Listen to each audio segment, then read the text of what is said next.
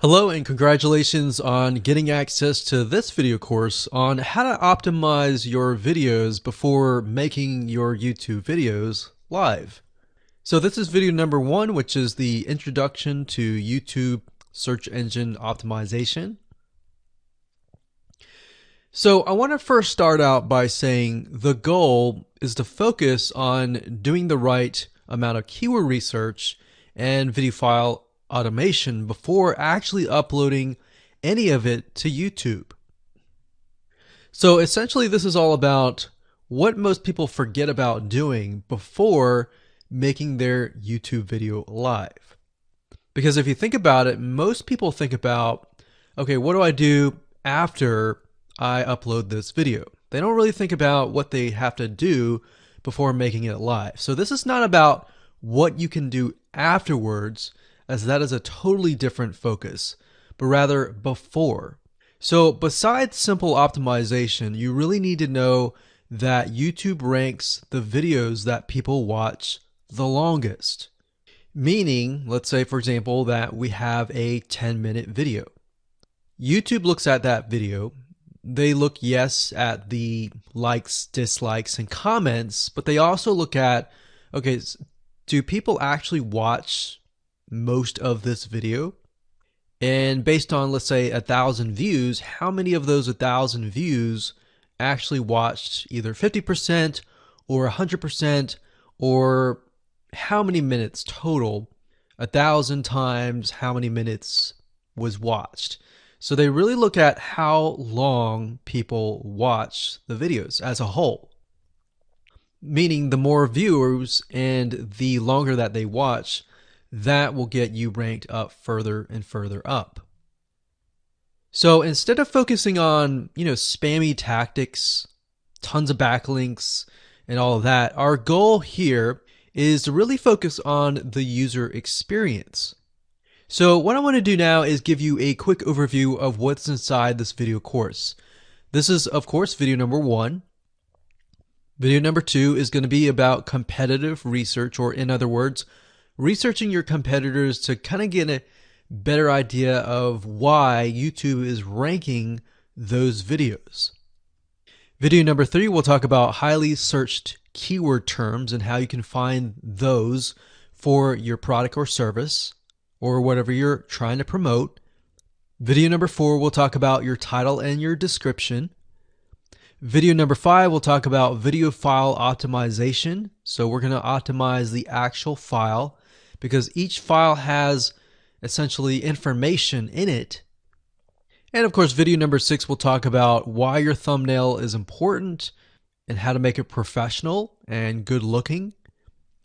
And video number 7, we'll talk about video length and why that matters. We talked briefly about it just now, but I'm going to dive in deeper in that video. And of course, last but not least, I'm going to give you a secret tip on how to outrank your competitors in video number 8. So before we get started, I want to talk about what you need to have in hand. You're definitely going to need your product or service and an idea of the niche that you're targeting. You also need to have a video that is ready to be uploaded. And with that said, let's move on to video number 2. Hello and welcome back. This is video number 2. So let's talk about competitive research. You see, the best way to understand how you can rank better is to know what is already ranking in your niche or your market. So what we want to do here is we want to analyze the videos that are on the top. And I want you to specifically look at what titles, what descriptions are they using, and what thumbnails are they using that are eye-catching. And what is the user experience like when you click through those videos? So let's go ahead and do some competitive research. So for the sake of making sure that we find YouTube videos that actually relate to promoting a product, what I want to do now is just to pick a product out of the blue and let's take a look at YouTube. So one product that I've been using for a while now, which has been really, really awesome, is called the Instant Pot. It's basically a pressure cooker that cooks food at a really fast rate. So what we're going to do is we're going to hop on over to youtube.com and we're going to type in Instant Pot and see what we get. So I'm not going to click enter just yet because I'm interested in getting an idea of what kind of potential keywords that we could rank on, or what potential videos that we can create. And we'll talk more about this in the next video. But for now, let's just do some basic keyword brainstorming and then, of course, do some competitive research. So Instant Pot, we got Instant Pot recipes, we got Instant Pot ribs, Instant Pot roast. So let's just click here and see what we get. Now we can see how to use Instant Pot has 316,000 views right here. Instant Pot chicken, top 6 easiest things to cook in your Instant Pot. Perfect for beginners. All right. So let's just take a look at the top 3. So let's go ahead and open those up. And let's analyze them. So the first one is this one here. And let's pause the video. We'll skip the ad. All right.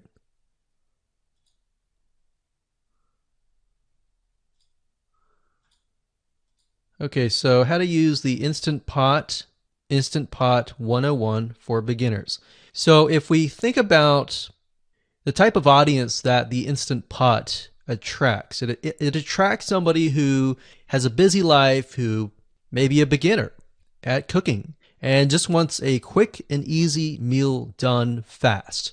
So we can see that. So one thing that I like to do is I like to copy the titles to Notepad.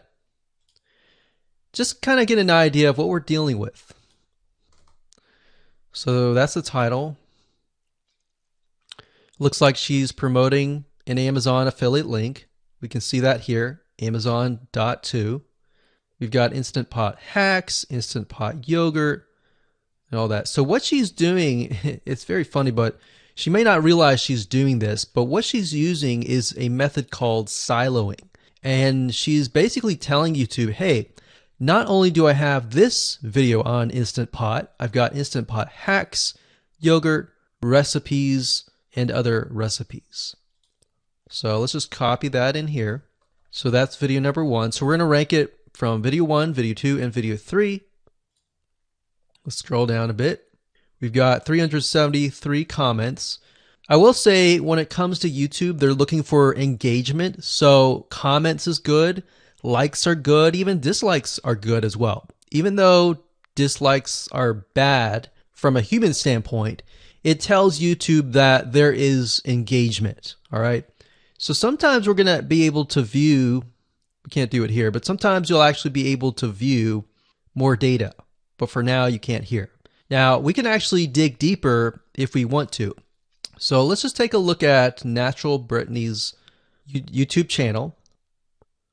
Because when you're doing competitive research on YouTube, it's not just that particular video. It's actually the whole YouTube channel as a whole, the authority that that channel holds. So she has 116,000 subscribers. Click on the videos. She has a good amount of videos that talk about anything, looks like from cooking, from budgeting, from grocery, a lot of very similar videos. So let's scroll down. And now let's go ahead and take a look at the second highest ranking video. So if we go back over to here, and this is the Instant Pot Chicken Cook with Me, meal planning, meal prepping, Sunday setup. So let's go here, take a look.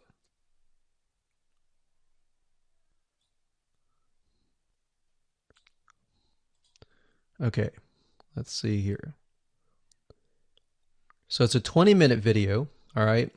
And it has 658 likes, 5,000 views.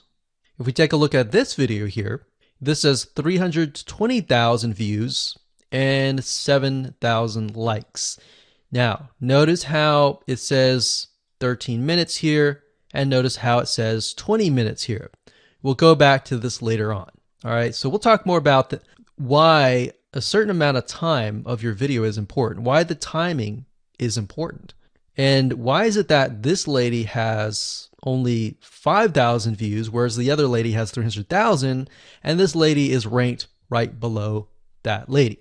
All right, so why is that important, and why does that correlate to the time? So we'll talk more about that later on. But for now, let's just do competitive research. We're not trying to figure things out right now, and go from there. So if we take a look at the description, it says cook with me as I try a new recipe with Instant Pot. So the description contains the keyword. Sunday setup. Looks like she's got some Amazon links. And if we think about Instant Pot, who could it be targeting? All right, so this lady calls out people who are trying to prep on Sunday. So if we can get an idea of who it's targeting mothers, it's targeting people who are busy, who maybe only have time on Sundays to set things up. And chicken is a common thing, so maybe she's getting a lot of clicks. We don't know exactly, but we know that the headline and the description work together and getting clicks. All right, back over here, this is the third one. So let's take a look at this one. So this one is 8 minutes, but it has a lot more views than those other two videos, but it's shorter. It's shorter, but it has longer amount of views, and it's third. It's got 11,000 likes and 633 dislikes. If we scroll down, we can see that it has more comments than the first one. So why is it that the first one is number one and this one is the third one and it has more views and more comments? Well, we don't know exactly why, but I have a hunch as to why that is, which we'll talk more about ranking and what Google and YouTube is looking for later down the road. So that's that. Let's just copy that title.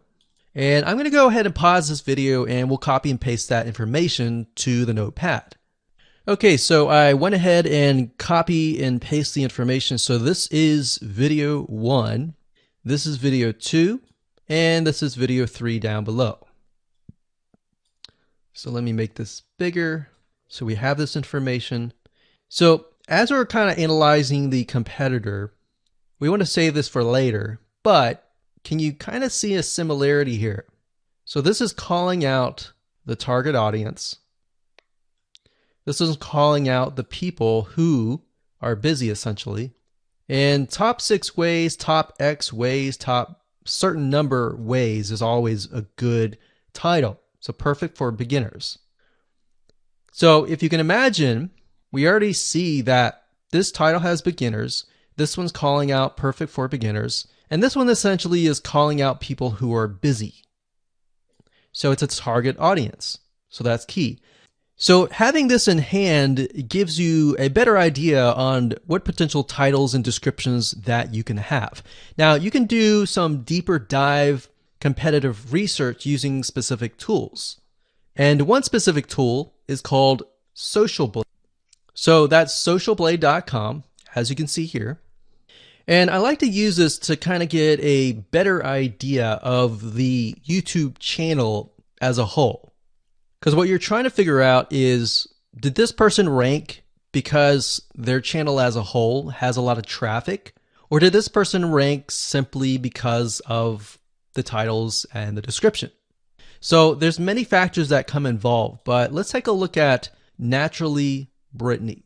So let's go ahead and copy this. And you basically want to come here and type in the username of the YouTube channel. So we'll go ahead and click this here. Okay, so we can see here that this is Naturally Brittany, 116,000 subscribers. She's got 19 million video views. So that kind of gives us an idea of how easy it is to break through. Is it easy? Is it going to take a little bit work or what? So let's just go ahead and open her up, and let's do the same thing with the other videos. So this one is marriage and motherhood. We got that here. So she has 7 million video views. So it's about half of what we saw earlier. And this one is called Six Sisters Stuff. And this one has about 9 million video views.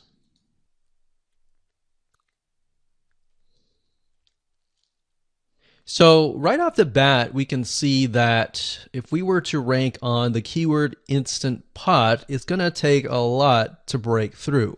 But the way we can break through is by using essentially subcategories of that keyword. So Instant Pot recipes or Instant Pot chicken recipe, stuff like that. So we can see that each one of these has about 100 to 200,000 subscribers.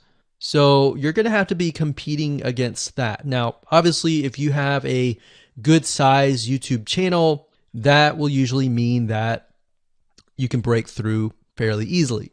But if you're just starting out, then breaking through on that keyword is going to be a little bit more difficult. So the next question is, what keywords should you use? And we'll discuss that in the next video.